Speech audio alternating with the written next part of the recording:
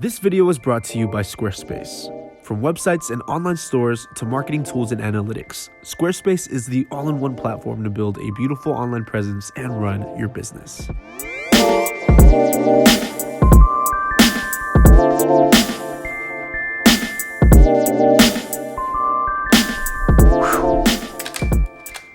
Alright, so a couple years back, I made a video talking about some of my favorite, or actually I think it was titled the top 5 35mm films to shoot, but that was a while back, and since then, my taste has kind of changed. So I wanted to make an updated video and talk to you guys a little bit about the film stocks that I personally enjoy and that I shoot on a regular basis. And I'm hoping that this could help anybody out who is maybe just getting into film photography. I'm going to provide some sample images and I'm going to talk a little bit about the films that I like and what I enjoy about them in this video. But before we get started, I think it's worth mentioning that we're going to be covering both black and white and color film, including a roll of film that is actually no longer in production. So stay tuned to find out what that is. So with that said, folks, here are my favorite 35mm films.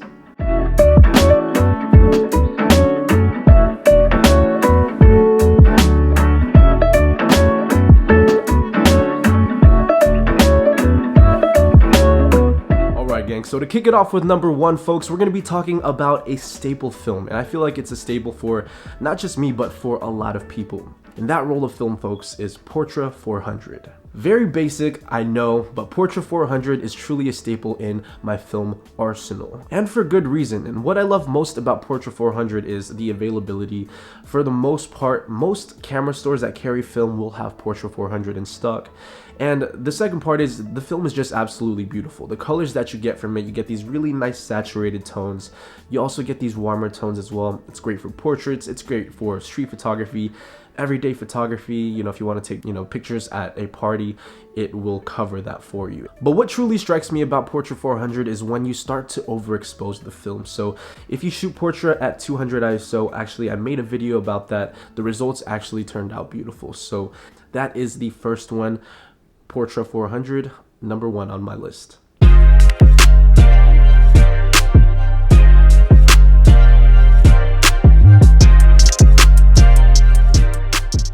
Alright, so for the next film stock, I had to bring out the little stash box, and I brought it out just to show you guys how much I enjoy this film, because if you look inside, folks, there is a ton of it right here. This is considered a cheaper film stock, folks, and this one is Fuji Superior 400. Now, personally, I love the way Fuji Superior looks. It has a very interesting and unique look to it. When you shoot this at 400 ISO, it's an amazing film. But when you shoot it at 200 ISO, even 100 ISO, you get these extremely kind of softer, more pastel colors like Portra. And when you shoot this overexposed, it really is a winner. Probably the most bang for your buck film out there, apart from the next film we're going to be talking about. Alright, so we're going to take a quick little break from color film, and I want to talk about the only black and white film on this list. Yes, there's only one black and white film, and the reason for that is because when it comes to black and white work, it's usually my street photography stuff. I like consistency. I want to know how the photograph is going to look before I even take it. And so by sticking with one film stock, you can kind of study and anticipate exactly how the film is going to render the scene. So with that said, folks, there's only one black and white film stock on this list. The film is Ilford HP5.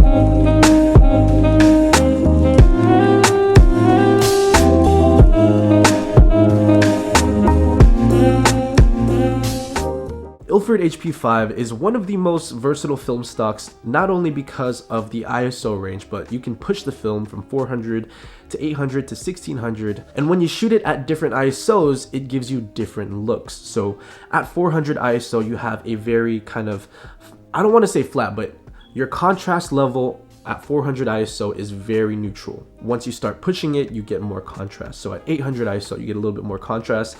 You get a little bit more of that enhanced grain. And overall, man, when you shoot it at 1600, I think that's when it looks best. HP5 is what I use personally for all of my black and white street photography. It's a really good film for making prints as well. Like, hold on, give me 1 second. So I made this print about a year and a half ago. And believe it or not, folks, this was shot at 800 ISO. And look, the grain is not even that bad. This is a 29 by something inch print, and it looks really, really good. So HP5, man, low grain, even when you push it, really nice, really versatile. And if you like the way, you know, classic black and white street photography looks, I would go ahead and give it a shot, man. It's great, it's great. It's good for prints for sure. And really quick, on the topic of selling prints, man, one of the best ways to get your work in the hands of others is to create an online website to sell your prints from. And in my opinion, there is no better way to get started online other than with Squarespace. Squarespace is an all-in-one platform with a host of different features, allowing you to showcase your photography through portfolios and galleries, appointment scheduling, email campaigns, analytics, and most importantly, e-commerce. Squarespace has all the tools you need to get your business off the ground, including e-commerce templates, inventory management, and a safe, simple checkout process. I've personally used Squarespace for a very long time, and it's a really great way to get a shop up and running in seconds. So if you want to get started with your own online website, head over to squarespace.com/KingJvpes or enter the discount code KingJvpes at checkout for 10% off of your first purchase. Huge thank you to Squarespace for sponsoring today's video, and let's continue on, folks, with the rest of the 35mm films.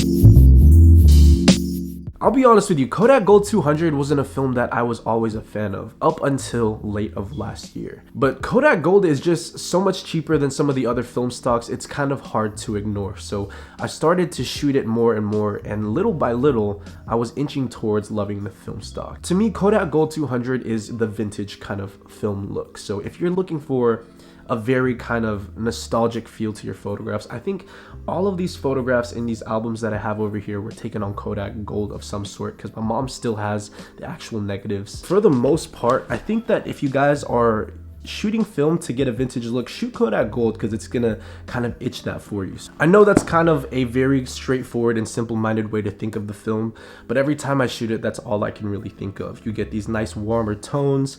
If you underexpose it, or if you know, even just have the slightest bit of underexposure, you do get some grain, but for the most part, that grain adds to the overall look. So if that's something that you're into, go for it. Again, I'm still warming up to it, but it's definitely been one of the films that I have been shooting lately.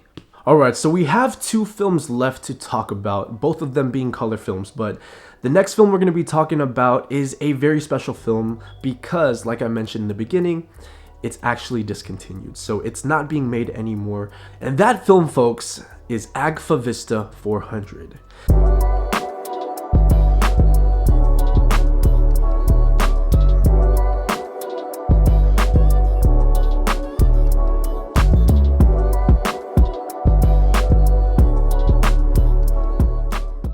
Now, Agfa Vista, again, has been discontinued. A lot of people used to be able to buy it at Poundland over in the UK, and for the most part, people said it was just repackaged Fuji Superior, which it probably could be, and that also may be why I really love the look of this film.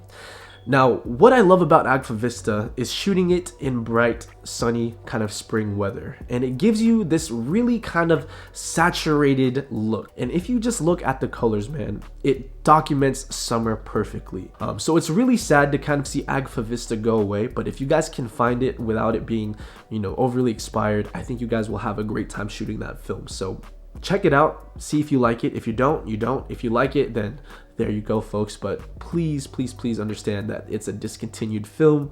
It's going to be very hard to find.